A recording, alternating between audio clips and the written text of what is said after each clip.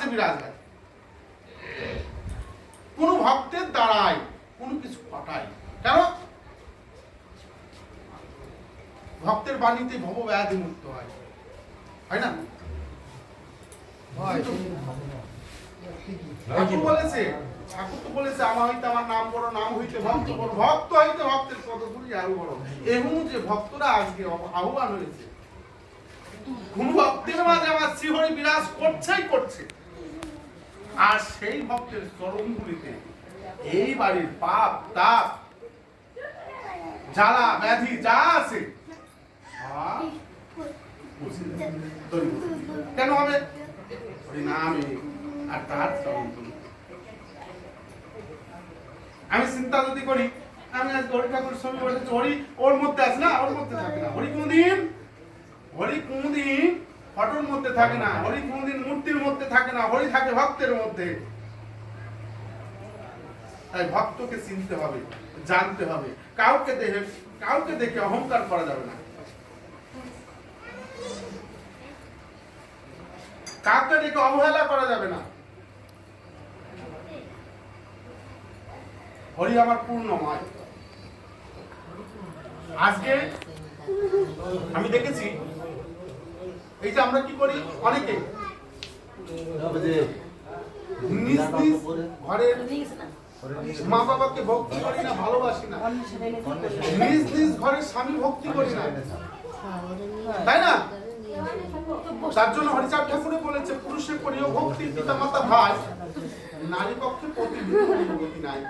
পতি অর্থাৎ স্বামীকে ভক্তি করো, স্বামীকে যদি ভক্তি করতে পারো আমার হরিকে তুমি পাবে। আর স্বামীকে ভক্তি না করতে পারলে তুমি পাবে না। কেননা আজকে আমরা গোসাই গোবিন্দ বাড়িতে আসলে কি করি, তাদের পায়ের চরণ ধোয়া, চরণ ধুয়ে সেই চরণ ধোয়া জল অমৃত মনে করে খাই। অমৃত মনে করে খেলে কি হয়, যে আমার মনে ভব ব্যাধি দূরীভূত হবে না। যে নিজের মা বাবাকে ভক্তি করে না, ভালোবাসে না, নিজের মা বাবার চরণ দৌত জল অমৃত মনে করে খায় না, সে কোনোদিন কোন গোসাইয়ের চরণ দৌত জল যদি অমৃত মনে করে খায়, তার ভব ব্যাধি আরো জড়াবে, কোনোদিন আর ভব ব্যাধি মুক্ত হবে।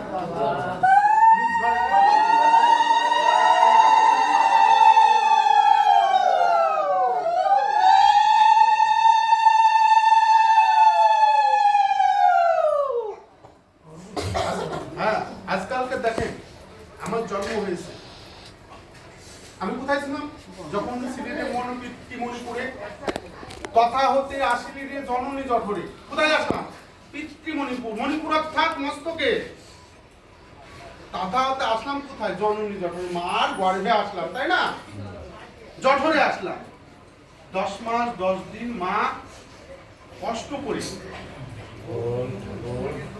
আমাকে গর্ভে বসে লালন পালন করে, তারপর ভূমিষ্ঠে করার পর আমাকে লালন পালন করে বড় করে আমার যখন বুদ্ধি হয়েছে তখন আমাকে চিনিয়েছে, এটা তোর পতিত পাবন হরিচাঁদ ঠাকুর, এটা তোর জগৎ জননী শান্তি মাতা, এটা পূর্ণ মোহাম্মদ শ্রী হরিচাঁদ ঠাকুর, এটা তোর জগৎ জননী শান্তি মাতা, এটা তোর পতিত পাবন গুরুচাঁদ ঠাকুর, এটা তোর জগৎ জননী মা সত্য ভামা দেবী, এটা তোর দ্বাদশ পাবন।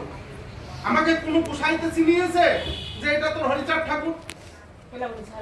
চিনিয়েছে কেউ? জানে? তাহলে চিনিয়েছে কে? আমাকে চিনিয়েছে কে? আমার মা অথবা বাবা। কোথায় নিয়ে যেয়ে চিনিয়েছে? কোন হরিসেবা কোন মন্দিরে নিয়ে যেয়ে আমাকে চিনিয়েছে, এটা পূর্ণ হরিচাঁদ ঠাকুর। তাহলে এখন যদি আমি মনে করি কোন গোসাই গোবিন্দ বাড়িতে আসলে আমার গোসাই বড়, আমার মা বাবার চাইতে গোসাইকে মাথায় করে নিয়ে নাচবো, এটা করলে হবে? হবে না। তাহলে কি করতে হবে? আমার নিজ ঘরের নিজ মাতৃপুত্রীর প্রতি ভক্তি রাখতে হবে, ভালোবাসা রাখতে হবে, তাদের প্রতি একনিষ্ঠ ভক্তি রাখলে আমার জ্বালা দূরীভূত হবে, আমার সংসারের জ্বালা, আমার দেহের জ্বালা, আমার মনের জ্বালা সব দূরীভূত হবে। কার দ্বারায়? আমার মা বাবার কৃপায়, মা বাবার আশীর্বাদ। আমার জন্মদাত্রী মাতা পিতাকে কষ্ট দিয়ে, আমার জন্মদাতা মাতা পিতাকে, তাই না, জন্মদাত্রী মাতা পিতাকে যদি কষ্ট দিয়ে কেউ কোনো গোসাইকে নিয়ে মাথায় করে নিয়ে না যে, তাহলে সেটা কিন্তু শোভা মানায়, সেটা কিন্তু কোনোদিন মানায় না। মানায় কি? সেটা আমার হরিপ্রচার ঠাকুর কিন্তু সহ্য করতে পারবে না।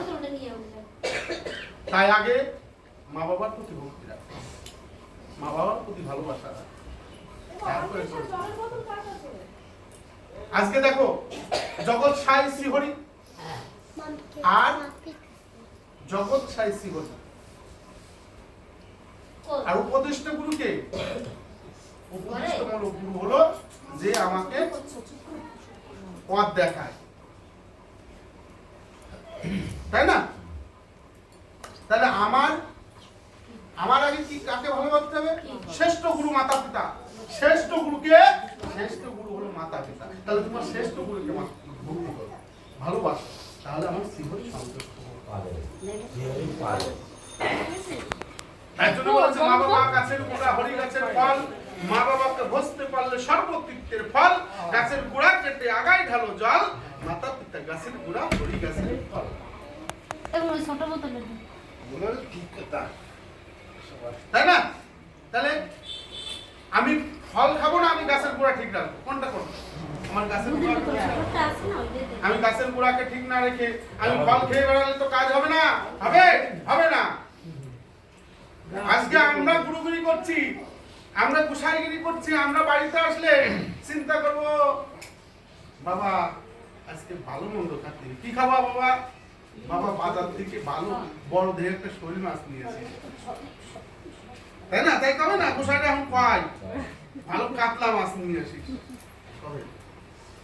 কিন্তু আমার জন্মদাতা গুরু, জন্মদাত্রী মাতা পিতা, সে কি বলে যে বাবা তুই যা পারে ওনাকে যদি সেদ্ধ ভাত দেওয়া যায়, তাও সন্তানের প্রতি কৃপা দান করবে, আশীর্বাদ করবে যে আমার সন্তান ভালো জায়গা।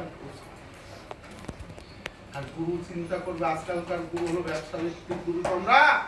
আমরা চিন্তা করি এখানে এই গ্রামে যদি 10 ঘর শিষ্য বানাতে পারি, আমাকে এখন তো কোনো আমি আর কেউ 10 টাকা দেয় না, এখন আসলি কোনো আমি দেয় 100 টাকা।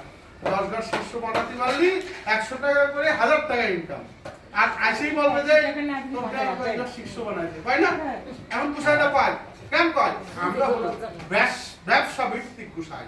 তাই ব্যবসা ভিত্তিককে ছাড়ো, নিজ গুরুকে ভক্তি করো, শ্রীহরি প্রতি ভক্তি রাখো, ঠিক আছে না? কথা খারাপ বললাম?